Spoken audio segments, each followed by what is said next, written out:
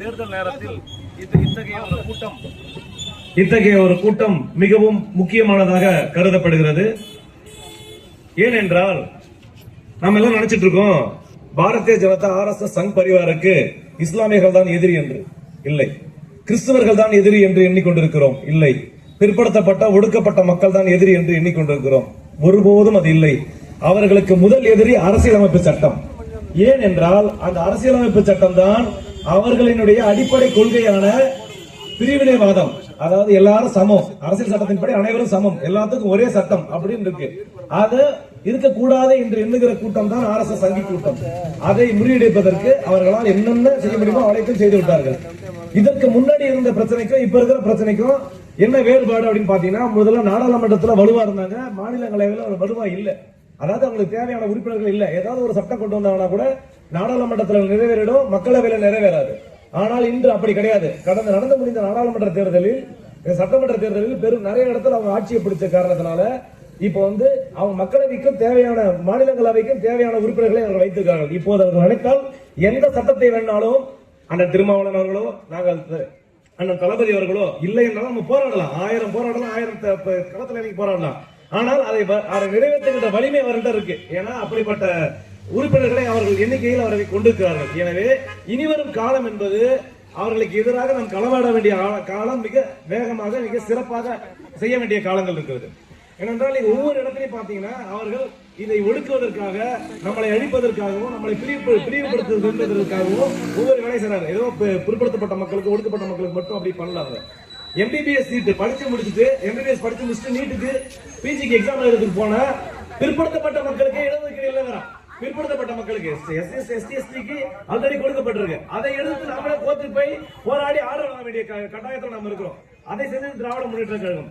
அது போல ஒவ்வொரு இடத்துல நீங்க பாத்தீங்கன்னா நம்மளை எங்கெல்லாம் தள்ளி விட முடியுமோ, எங்கெல்லாம் நமக்கு கல்வி உரிமையும் சரி, இடஒதுக்கீடு உரிமையும் சரி எடுத்துவிட வேண்டும். அனைவருக்கும் பொது சிவில் சட்டம் கொண்டு வர வேண்டும் என்பது அவருடைய எண்ணிக்கை.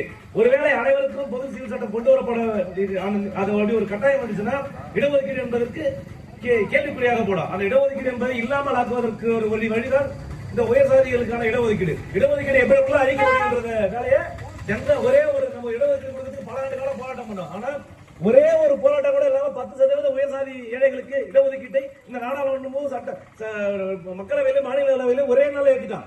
ஒரு நாள் சட்டம் ஏற்ற நைட்டோட நாடாளுமன்றத்தில் நிறைவேற்ற, அடுத்த நாள் மக்களவையில் மாநிலங்களவையில் நிறைவேற்ற, அடுத்த நாள் ஜனாதிபதி கையெழுத்து போட்டார்.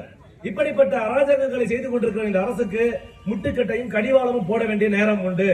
அதை அந்த முட்டுக்கட்டையும் இந்த மத யானை, தொடர்ந்து பார்த்தா மத யானை, அந்த மத யானை தான் RSS BJP. அந்த மத யானை அடுக்குகின்ற அந்த யானை பார்க்கின்ற அந்த குச்சி தான் அண்ணன் தளபதி அவர்கள். அப்படி அந்த மத யானைக்கு அப்பப்ப அந்த மதத்தை தடுக்கிறதுக்கும் ஆணவத்தை தடுக்கிறதுக்கும் ஒரு ஆள் வேணும்.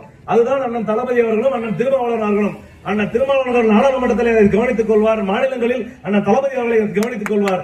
ஏனென்றால் நம்மளுடைய இனிவரும் காலம் என்பது மிக முக்கியமான காலம். எனவே நாம் அனைவரும் ஒற்றுமையாக இருந்து நம்மளுடைய எண்ணம் எல்லாம் ஒன்றுதான் இருக்க வேண்டும். உதயசூரியனுக்கு எந்தெந்த தொகுதியில் கூட்டணி கட்சி மதசார்பற்ற முற்போக்கு கூட்டணி எங்கெங்கெல்லாம் நிற்கிறதோ அந்த 234 தொகுதிகளில் 200 தொகுதிகளை வெற்றி பெற வேண்டும் என்று இலக்கு நிர்ணயித்திருக்கிறார்கள். அதை தாண்டி நம்ம மத்த மாவட்டத்துக்கு மத்தத்துக்கு போகல. நமக்கு 4 தொகுதி இருக்கு. இந்த 4 தொகுதியிலும் 100% வெற்றியை பதிவு செய்ய வேண்டும். கள்ளக்குறிச்சியில தோழர் மாலதி, அண்ணன் வசந்தம் கார்த்திகேயன் என்று கிருஷி நிலையத்தில், சகராபுரத்தில் அண்ணன் உதயசூரியன், உளுந்தூர்பேட்டையில் வசந்தவேல், இந்த 4 பேரையும் வெற்றி செய்ய வேண்டியது நம் கள்ளக்குறிச்சியில் இருக்கிற நம்மளுடைய கடமை. எனவே அதற்கு உரிய பணிகளை செய்து களப்பணிகளை ஆற்றி கரெக்டா இன்னும் 8 நாள் தான் இருக்கு. இந்த 8 நாள் இடைவிடாது தூக்கம் இருக்க கூடாது. உங்களுடைய வேலை உதயசூரியன் நம்ம கூட்டணி ஜெயிக்கணும்.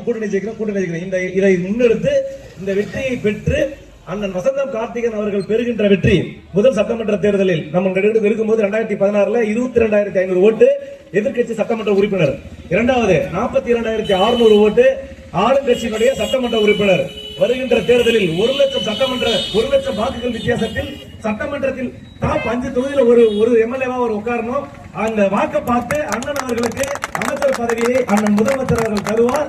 அதை நாம் அனைவரும் நிறைவேற்றி அமைச்சர் தொகுதியாக மாற்ற வேண்டும் என்று கேட்டு வாய்ப்புக்கு நன்றி கூறி விடைபெறுகிறேன். நன்றி, வணக்கம்.